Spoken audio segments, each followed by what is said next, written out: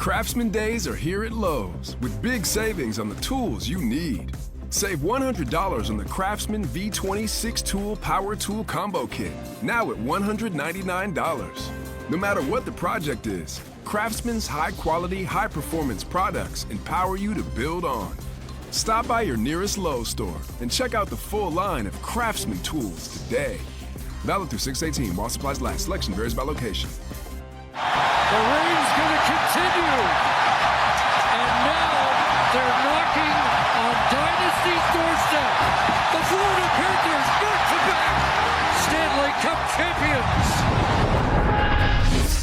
A pair for the Panthers, back-to-back for the Cats. Congratulations to the Florida Panthers, 2025 Stanley Cup champions, as we welcome you to 32 Thoughts, the podcast presented by the GMC Sierra AT4X. Friedman, Bukauskas, Dom Shramati, back with you. We're going to get to all of it as this Stanley Cup final is now wrapped after Game 6 on Tuesday night. But Elliotte, wanted to start with what's always one of the great scenes as the hockey season comes to a close. The scene on the ice after the Stanley Cup is handed out. So Florida this year, Alexander Barkov takes it from Commissioner Gary Bettman, celebrates with the team, skates around the ice. It goes to Nate Schmidt, who hadn't won.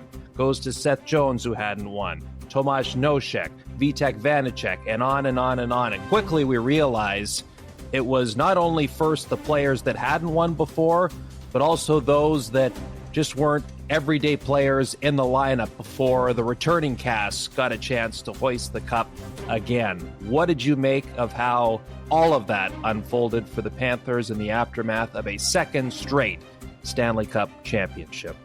So Barkov explained to Gene in the interview that the players had decided that beforehand, that if they won the series, it would unfold the way you described it.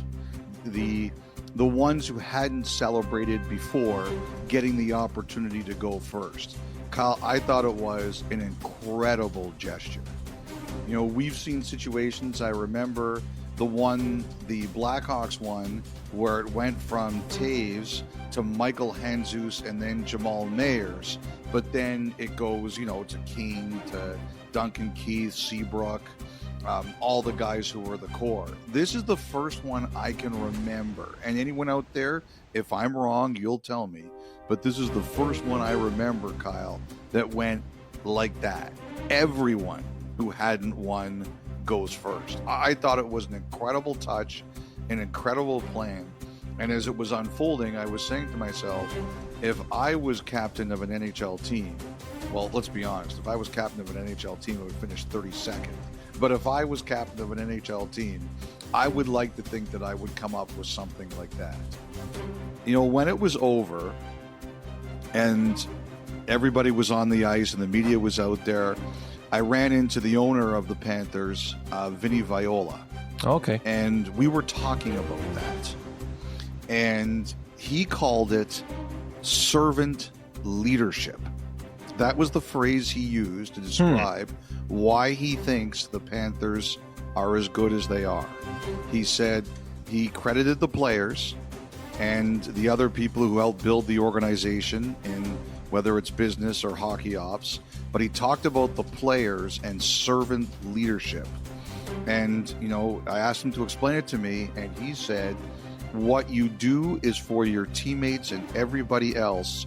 You are not any more important than anyone else is, and what you do for them first. That's the way he explained it to me. And I think in a lot of ways that perfectly encapsulates what the Panthers are and why they're so successful. Kyle, you don't win without great players. You have to have great players. First and foremost, if you don't have great players, you cannot win. And the Panthers have great players.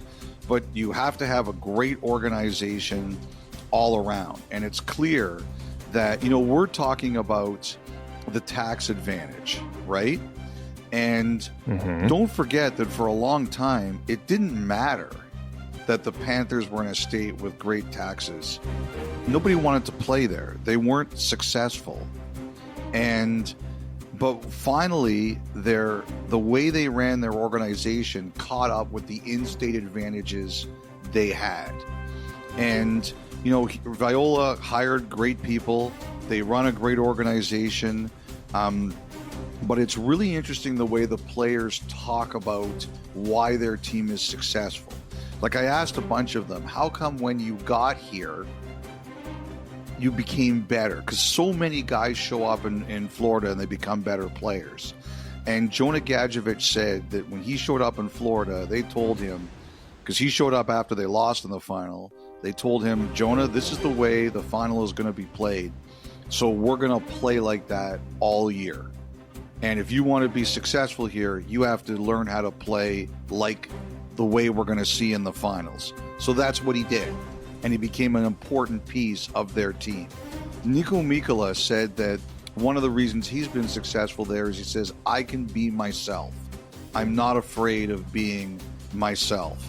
Sam Reinhart talked about the year in 2022 when they got their butts kicked in the playoffs by the Lightning, the 4-0 series after they won the President's Trophy, where he said, we thought we were good.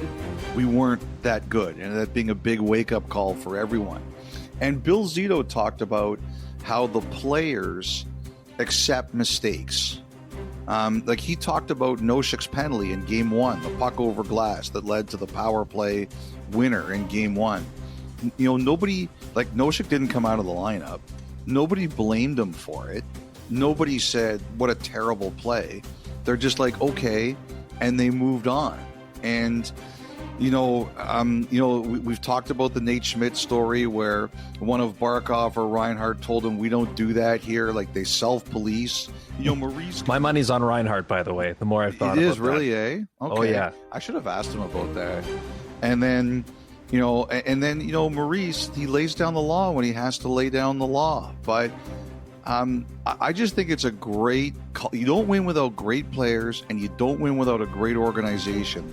But that phrase that Vinny Viola mentioned, servant leadership, it stuck with me for the rest of the night, Kyle. Like I wrote it down. It's at the top of my notes for the pod.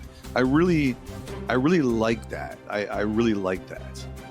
So good. And it's really interesting you bring that up and the conversations you had with some of the other players about it, because I asked a similar question to AJ Greer, and it was after the morning skate before one of the games in Carolina last round.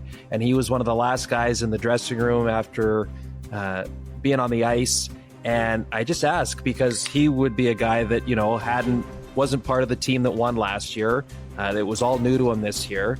And Elliotte, like, I'm not over exaggerating. He went on for 5 or 6 minutes, and I just sat there and I listened and I listened and I listened to the point where, like, you could tell some of the staff are kind of looking at him going, like, you're going to miss the bus here if you don't get going. And I don't want to cut him off, but I'm looking at the clock going, I know he's got things to do. But he just had so much to say about why it works with that group and that organization. It really is fascinating. And then actually, I remembered back to this time last year, Elliotte, and you'd mentioned on this podcast